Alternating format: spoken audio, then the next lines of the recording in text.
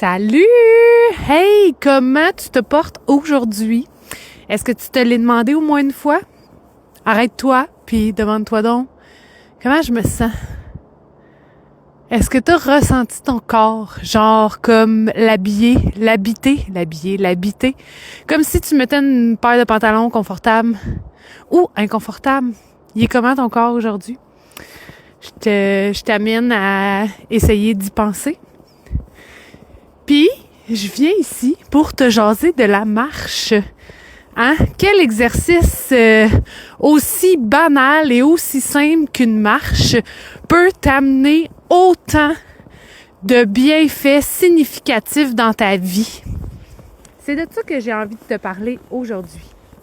Je ne sais pas dans quelle catégorie que tu te situes. Est-ce que tu es dans la catégorie marcheur passionné ou tu es dans la catégorie moi je vais marcher une fois de temps en temps quand il y a une bulle qui me pogne, ou il faudrait bien que j'aille plus marcher mais j'ai d'autres choses à faire. Parce que tu sais, la marche là, elle va t'aider autant physiquement, parce que oui, ça me fait sortir, ça me fait bouger, fait que si vu que je bouge pas normalement, au moins aller prendre une marche, tu te sens moins coupable, puis t'as la conscience tranquille de je suis allée marcher aujourd'hui. Mais c'est super. Mais aussi, c'est pas juste au niveau du physique que ça va t'amener des bienfaits, la marche. Ça va t'amener des bienfaits au niveau émotionnel, au niveau énergétique. Il faut surtout pas sous-estimer toutes les dimensions d'une marche. Mais tu sais, l'important là-dedans, là, c'est pas juste d'aller marcher pour marcher.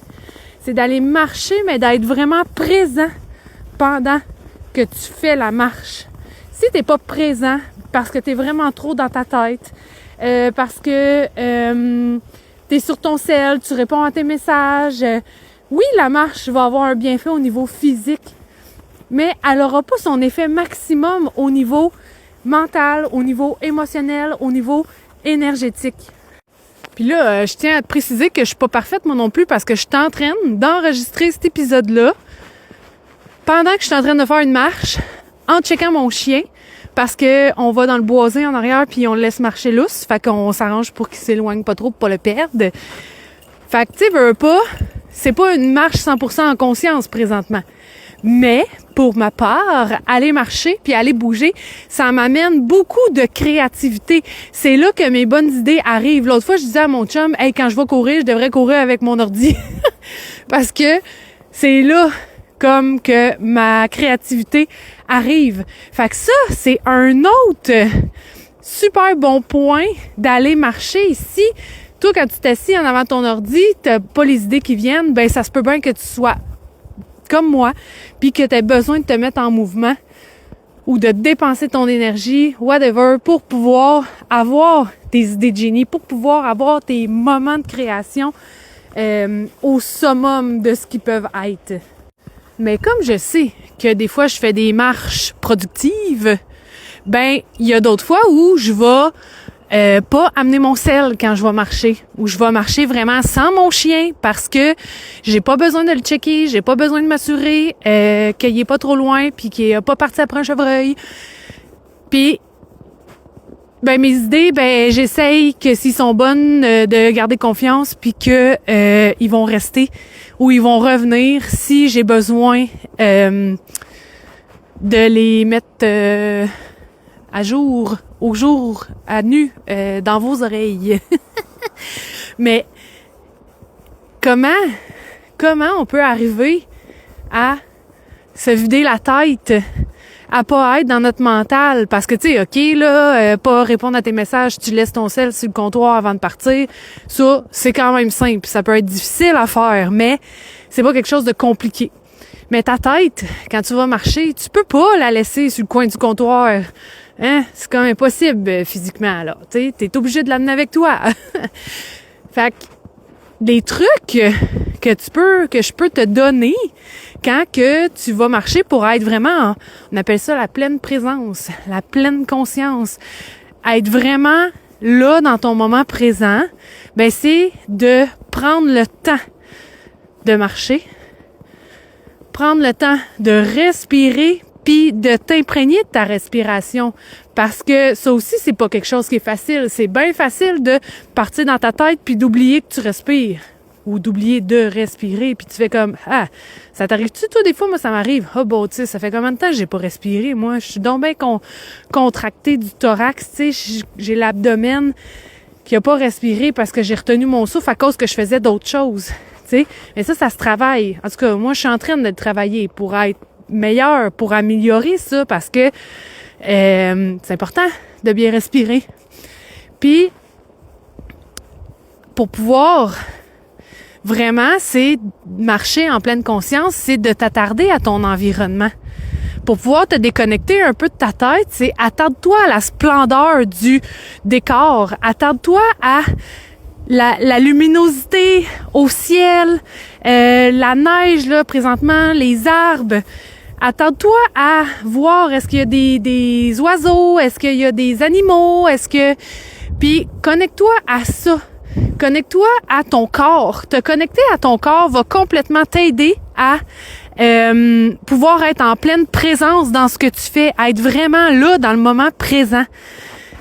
C'est difficile en tant que humain performant d'être là dans le moment présent parce que pour performer, on a la croyance qu'il faut être prête à tout puis penser toujours plus loin. Mais c'est parce que pour pouvoir avoir l'énergie d'être prête à tout puis de réagir puis de pouvoir aller plus loin dans les étapes, il faut aussi arriver à se connecter à soi-même puis à son corps.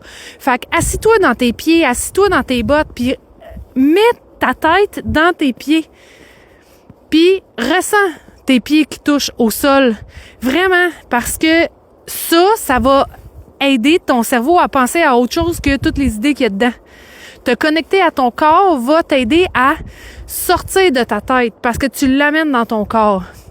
Puis ça, le massage, la thérapie du toucher va t'aider à processer là-dedans, va t'aider à cheminer à travers la connexion à ton corps. Au début, ça va être difficile, mais avec le temps, ça se travaille, puis ça devient de plus en plus facile. Qu'est-ce qu'on dit aux enfants?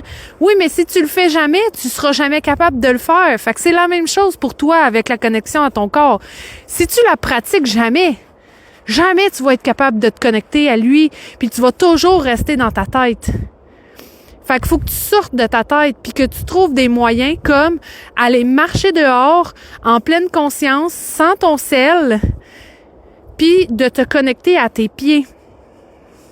Pour faire comme, OK, je marche, j'avance et je mets un pied devant l'autre. Je m'arrête. Mes deux pieds touchent complètement par terre le sol. Je sens le sol en dessous de mes pieds. Je regarde la beauté du paysage, la neige, les arbres avec la neige sur eux. Ils sont comment, les arbres? Ah, celui-là, son écorce est plus grosse, celui-là, il est plus blanc. T'attarder aux détails, t'attarder à la beauté de ce qui t'entoure va t'amener à sortir de ta tête puis à être ébloui, j'ai le goût de dire, à t'éblouir de ce qui est accessible, de la nature autour de toi. Puis ça, arriver à regarder la beauté de ce qui t'entoure, ça t'aide à nourrir ta dimension émotionnelle. Donc, oui, aller prendre une marche va t'aider à mieux gérer tes émotions en bout de ligne. Ça va t'aider à être plus zen, à être moins irritable, à être moins réactif. Tu vas pas plus être en colère. Non, tu vas être encore en colère une fois de temps en temps. Mais la colère, tu vas la vivre différemment. La frustration aussi. Tu vas la vivre différemment quand elle va cogner à ta porte. Parce que tu vas arriver à connecter avec ton corps. Tu vas arriver à voir autre chose que ta colère, que ta frustration, que l'objet de ta colère. Parce que tu vas avoir travaillé ton muscle de la pleine présence en toi à regarder la nature. Fait que là, tu vas être capable de regarder au-delà de ton émotion. Tu vas arriver à te concentrer dans ton corps pour te connecter, t'ancrer dans lui, puis vraiment te solidifier dans tes fondations. Parce que prendre une marche aussi, c'est ça. Connecter avec la nature, c'est ça. C'est de te connecter à la terre puis de travailler l'énergie de ton chakra racine, de ton chakra qui est connecté à tes fondations,